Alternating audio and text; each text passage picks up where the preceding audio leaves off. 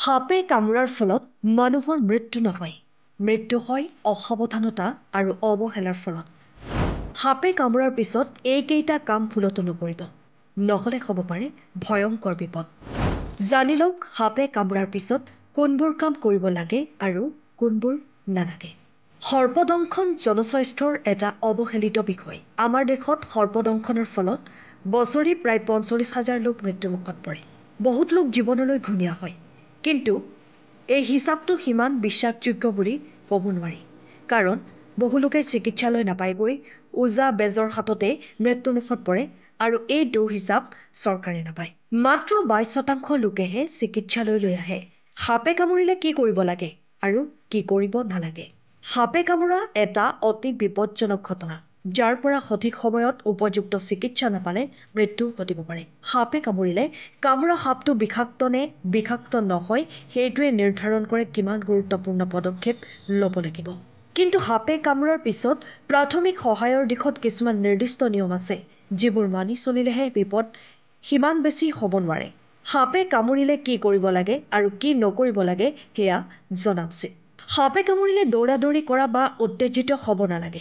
তেনে কৰিলে সাপৰ বিষ সহজতে দেহত বিয়পি পৰিব পাৰে।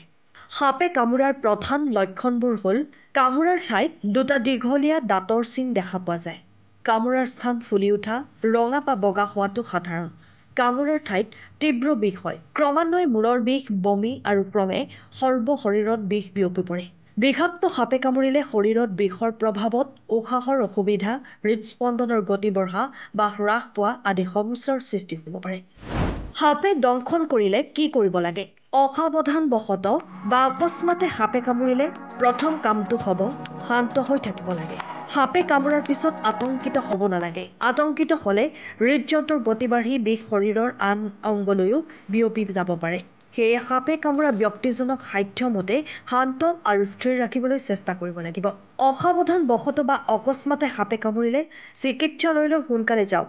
যিমান সোনকালে পাৰি চিকিৎসালয়লৈ যোৱাটো একান্তই প্ৰয়োজন। সাপে কামোৰাৰ পিছত প্ৰাথমিক সহায় আৰু চিকিৎসাৰ বাবে এণ্টিভেনম দিয়া অত্যাৱশ্যক। সাপে কামোৰাৰ বাবে সঠিক চিকিৎসা লাভ কৰাটো কামোৰাৰ পৰা বাচি থকা একমাত্ৰ উপায়। কামোৰাৰ স্থানৰ ওপৰত সৰল পট্টি দিয়ক। কামোৰাৰ স্থানত কোনো ধৰণৰ ৰক্তক্ষৰণ হ'লে একেবাৰে সৰল ভাৱ সেমেকা কাপোৰ বা পট্টি দিয়া উচিত। এই পট্টি কামোৰাৰ স্থানত মাত্ৰ এটা প্ৰাথমিক সহায়ৰ বাবে ব্যৱহাৰ কৰিব লাগিব। কামোৰাৰ স্থান হৃদযন্ত্ৰৰ পৰা তলৰ ফালে ৰাখক। কামোৰাৰ স্থানৰ পৰা বিষ শৰীৰৰ বাকী অংশলৈ যাব নোৱাৰিবলৈ কামোৰাৰ স্থানতো হৃদযন্ত্ৰৰ স্তৰৰ পৰা কিছু তলত ৰাখক। অসাৱধানবশতঃ বা অকস্মাতে সাপে কামুৰিলে ৰোগীৰ সজাগ অৱস্থা বজাই ৰাখক। ৰোগীৰ শ্বাস-প্ৰশ্বাস আৰু হাৰ্টবিট ধৰি ৰাখিবলৈ সজাগ হৈ থাকক। যদি ৰোগীৰ শ্বাস-প্ৰশ্বাস বা হৃদযন্ত্ৰৰ গতি বাধা পাইছে বুলি অনুভৱ হয়, তেন্তে মুখেৰে শ্বাস দিয়াৰ ব্যৱস্থা কৰিব লাগে। অকস্মাতে সাপে কামুৰিলে কি কৰিব নালাগে? কামোৰাৰ ঠাই চেপি ধৰি বিষ উলিয়াবলৈ চেষ্টা নকৰিব। অনেক সময়তে কিছুমান লোকে সাপে কামোৰাৰ পাছত কামোৰাৰ ঠাই চেপি ধৰি বিষ উলিয়াবলৈ চেষ্টা কৰে।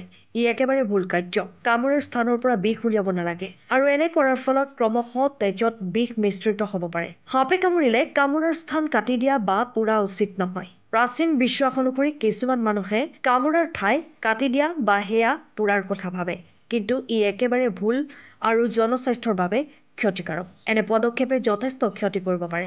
কামোৰাৰ ঠাইত জোৰকৈ কাপোৰ বান্ধি দিব নালাগে।